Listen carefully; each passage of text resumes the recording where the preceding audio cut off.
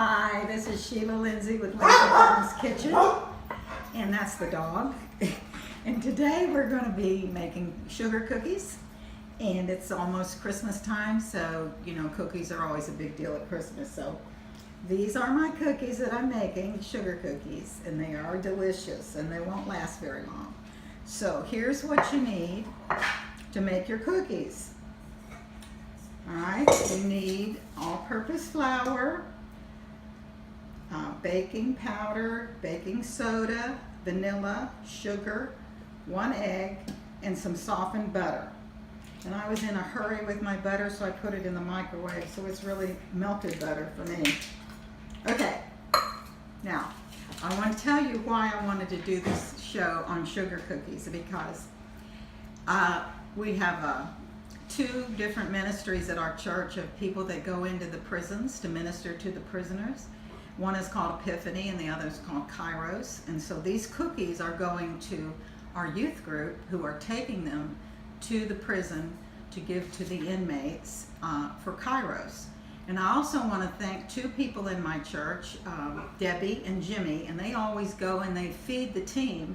The men that minister to the prisoners, they go and feed them for a few days, and that's a big job.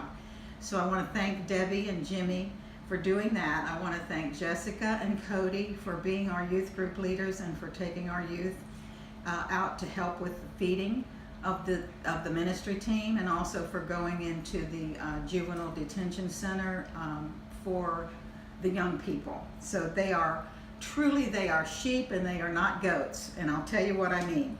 Matthew 25:36 says, I needed clothes and you clothed me. I was sick and you looked after me. I was in prison and you came to visit me.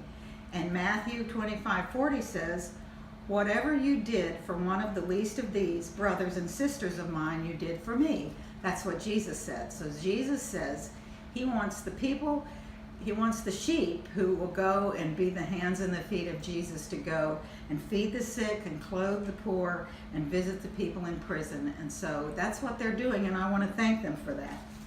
Okay, so here we go. We're going to start with the wet ingredients. By the way, this freezes really well, so if you're making for Christmas, this is a good recipe. And you know, a basic sugar cookie recipe can be elaborated. You can do all kinds of things. You can do shapes, you can put sprinkles and nuts and all kinds of things in them. So, but these are just going to be plain. So we're going to start with all-purpose flour, and we need 2 3/4 cups of all-purpose flour. And I want to thank Michaela, my granddaughter, who's my cameraman. And she's a good one. She's a good kid. She's a sheep. And then that's 2 cups of flour, and then 3/4 cups. It's cold and rainy here today. And I know Chicago, where my other children are, they had snow, so it may be headed our way. All right, then baking powder, we need 1/2 teaspoon of baking powder. 1/2 teaspoon is hardly worth mentioning, but we'll do it according to the recipe. 1/2 teaspoon of baking powder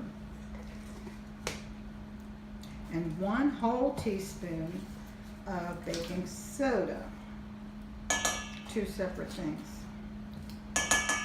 Okay, so that's our wet ingredients. You could sift this, but you know, I'm not a perfectionist. All right, now our softened ingredients are 1½ cups of sugar.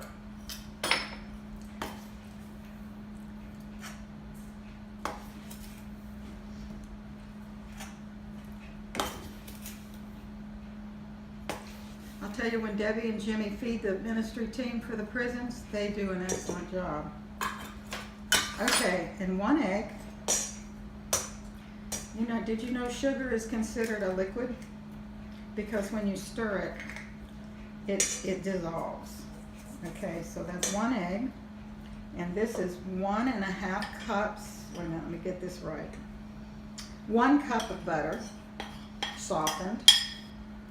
melted as I did.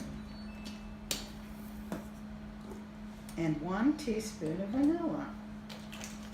What would we do without vanilla? Whoops, that's okay. Doesn't have to be exact, especially with vanilla. I love vanilla. Okay, those are our wet ingredients. This recipe is so easy. So easy. Michaela wants one of my cookies. Go ahead. They are good, aren't they? I like them. It was snowing for like 30 minutes last night. Yeah. And then it turned into rain. Okay, that's our wet ingredients, and these are our dry ingredients. So I'm going to add a little bit at a time. This is so easy to do. Anybody can make cookies. You don't have to do slice and bake. This is so easy. But let me tell you a funny story. One of my nieces, when I first moved to Florida, we had all the cousins get together who were girls. Most of the Lindsay cousins are girls. And I taught them how to make cinnamon rolls and homemade bread, and we put together a little cookbook. And I asked each one of them to bring a recipe for the cookbook. And so one of my nieces, her name is Lindsay, that's her first name, she brought a recipe for cookies. And this is what she said. She said, you take it out of the refrigerator, you open the package, and you slice them and put them on a cookie sheet and bake them. That's the only kind of cookie she knew. I thought that was hilarious. So of course, we all grew up with slice and bake cookies. And for busy moms, there's nothing wrong with that, is there? A cookie is a cookie. But these are so easy, Lindsay, even you can do this. Ha! Okay. All right, that's my cookie dough. That's it. As Patrick would say, Viola. There it is. Okay, now here's what we're going to do. We're going to put them on parchment lined cookie sheets. And I particularly like to use parchment paper on my cookie sheets because I think it keeps them from burning. What we're going to do is use a teaspoon, roll these up into balls. Now if you're making these for later, you can put these in the refrigerator and they will stay nice until you're ready to bake them. But we're going to make them up today. So thank you to all the sheep out there that are doing what Jesus told you to do. Thanks for being a sheep. It'll be worth it, won't it? Okay, so we just roll these out. They will bake for 375 for 8 to 10 minutes. And when they come out, they're going to look just like this. All right? Thanks a lot. Hey, and listen, hit that subscribe button and hit the like button. And I'm going to put the recipe down below in case you want the recipe. But anyway, Jesus said, I'm the bread of life. I hope God blesses you real good. Bye-bye.